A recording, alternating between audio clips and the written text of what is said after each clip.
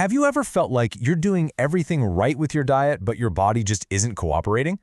Well, today we're going to get into the deep and often misunderstood connection between the food you eat, the health of your gut, and how your thyroid actually functions. It's a game changer. Let's dive in.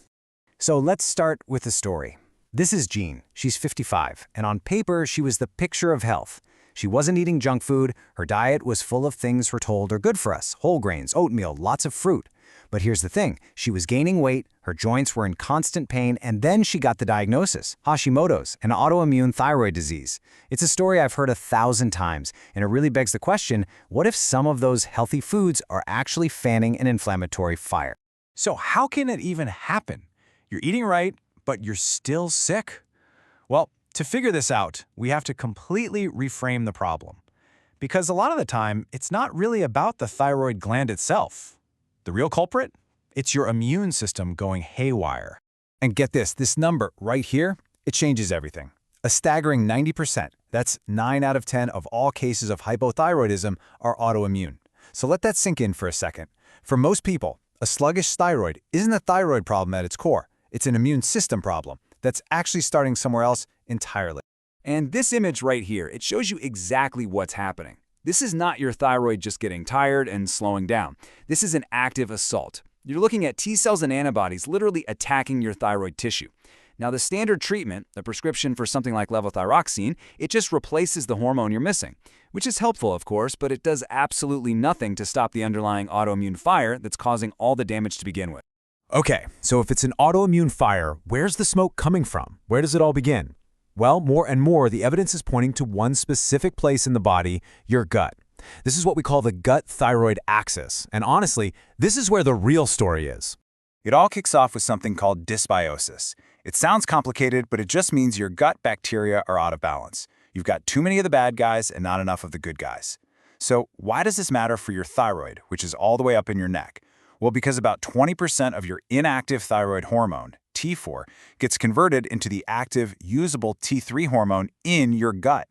If your gut microbiome is a mess, that critical conversion just doesn't happen properly. Okay, so from there, this unhealthy gut leads to the next problem: leaky gut, or what scientists call intestinal permeability. Think of your gut lining as a tightly woven net. Leaky gut is when that net gets holes in it. Those tight junctions between the cells loosen up, and now you have undigested food particles, toxins, stuff that should never leave your digestive system leaking directly into your bloodstream. And this is where it all comes together in the worst way. This is called molecular mimicry. Your immune system sees all these foreign particles in your blood, and rightly so, it sounds the alarm and launches a full-scale attack. But here's the devastating twist. Some of those food particles, gluten is a famous one, look almost identical on a molecular level to your own thyroid tissue. Your immune system gets confused. It can't tell the difference between the invader and you, and it starts attacking your thyroid in a tragic case of mistaken identity. Let's just zoom in on gluten for a second, because it's a perfect example. When you eat gluten, it can trigger the release of a protein called zonulin. And what does zonulin do? It's basically the gatekeeper that tells those tight junctions in your gut to open up. The proof is pretty compelling too. One major review found that after just 6 months on a gluten-free diet, patients saw a really significant drop in their thyroid antibodies. The attack was calming down. All right, so if the problem is an autoimmune fire that's being fueled by leaky gut, well, then the solution has to be about putting out that fire. And that means we need a nutritional strategy that's specifically designed to calm that immune response from the inside out. And that brings us to the keto proposition. Now, I want to be really clear. We are not talking about keto for weight loss here. We're talking about using it as a metabolic therapy. See, when your body produces ketones, specifically one called BHB, research has shown that BHB can directly block a key inflammatory pathway called the NLRP3 inflammasome. Just think of it like a master switch for inflammation in your body, and ketones can help flip that switch to off. So what does this actually look like on your plate? Well, here you go. This is a healthy keto food pyramid built for thyroid support. Notice the foundation: healthy fats and clean proteins. Then you've got a huge section of fiber and nutrients from veggies. But what's just as important is what's not on here. We're avoiding the big 3 inflammatory triggers: gluten, soy, and all those processed industrial seed oils. But it's not just about the fuel source. Your thyroid also needs the right raw materials to even do its job.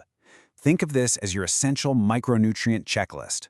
Selenium is absolutely critical for that T4 to T3 conversion. Iodine is literally the building block of the hormone itself. Zinc is needed for your brain to even send the signal to your thyroid. And iron is vital for the TPO enzyme, which helps build thyroid hormones. And ironically, that's the very enzyme that gets attacked in Hashimoto's. Now, and this is a big now, you can't just jump into keto and expect magic. For anyone with a thyroid condition, how you do it is everything. You have to be smart and you have to know the common pitfalls that can actually make things worse. So let's just tackle the biggest controversy right away. Does keto tank your thyroid? Well, this chart shows the crucial difference between a pathological drop, where your metabolism crashes, and an adaptive drop, which is what we see in ketosis. Yes, your free T3 might go down a bit, but your metabolic rate stays stable. Why? Your body just gets way more efficient at using the hormone. It's like your car is suddenly getting better gas mileage. The key safety check is making sure you're eating enough calories and your TSH is normal. If so, a lower T3 is actually a sign of healing, not harm. So, to do this right, you have to avoid these big mistakes. First, the dirty keto trap. If you're just eating bacon and processed cheese cooked in vegetable oil, you're still flooding your body with inflammation, and it totally cancels out the benefits. Second, and this is a huge one, undereating. If you restrict calories too much, your body thinks it's starving and slams the brakes on your thyroid. And finally, the old goitrogen myth. No, you don't have to fear broccoli and kale. You just have to cook them. Cooking deactivates the compounds that can mess with iodine. And you have to remember, you are an experiment of one. We call it the N=1 factor. Your genetics might play a role. For example, some people have a genetic variation that makes it harder for them to convert T4 to T3. But the most important thing, always, is biofeedback. How do you feel? Are you cold all the time? Is your hair falling out? Those are signals from your body that you need to listen and maybe adapt your strategy, maybe by cycling in some healthy carbs from time to time. So, we've gone through the problem, the root cause, and the solution. So what's the actual payoff here? Let's tie all of this together into a plan that you can actually use. Let's circle back to Jean, the woman we started with. By making this exact shift, by changing her fuel source and calming the inflammation, she lost 70 pounds. But honestly, that's not even the most amazing part. Her thyroid antibodies plummeted. Her Hashimoto's went into remission, and she's now been completely off her thyroid medication for over a year. She learned to trust a whole new way of eating, and as she puts it, her body healed itself. So here it is, your 5-step plan. These are the big takeaways. Number 1, eliminate the triggers. Get the gluten, processed foods, and inflammatory oils out.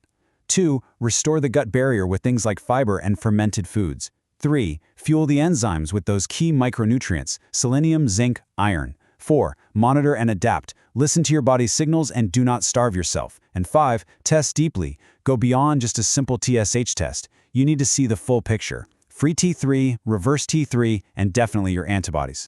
Which brings us to the final question. And this is really the only one that matters for you. As you go about your day, I want you to look at your plate and think about how you feel.